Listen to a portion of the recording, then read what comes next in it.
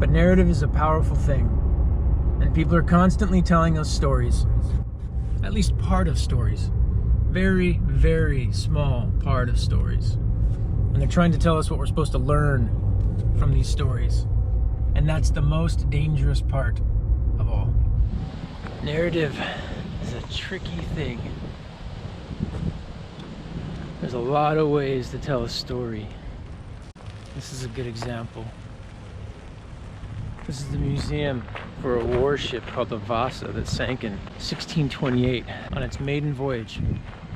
The shipbuilder, he died in the middle of the building, so his wife took over, hired other shipbuilders, and they finished the project. And if I were to stop telling the story there, it would sound like a bit of a tragedy. It failed on its maiden voyage, but I could tell it from a different perspective that just makes it sound ridiculous. The Vasa was the flagship of the Swedish military. Very ornate and pretty, full of colors. They put it in the water, and as they took off, it fell right to the bottom of the ocean. Wah, wah.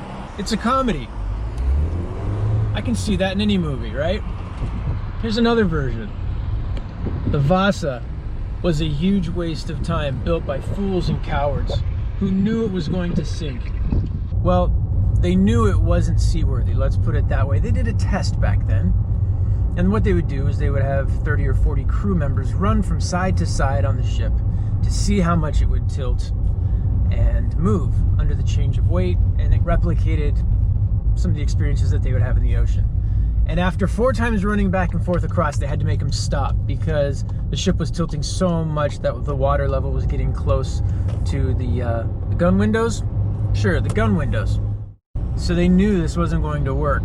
But they thought they might be able to get away with it long enough for the maiden voyage to take place and then come back and fix it.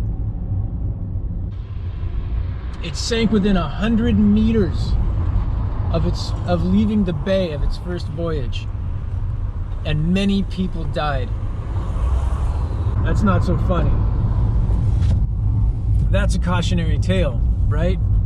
I guess it all depends on how you look at it. What story you want to tell. Comedy, a tragedy, anything in between. How much time you focus on the sinking that only took 10 minutes. How much time you spend on the building or the politics behind it or the personalities involved. There's a lot to be learned, and maybe there's nothing to be learned. But narrative is a powerful thing.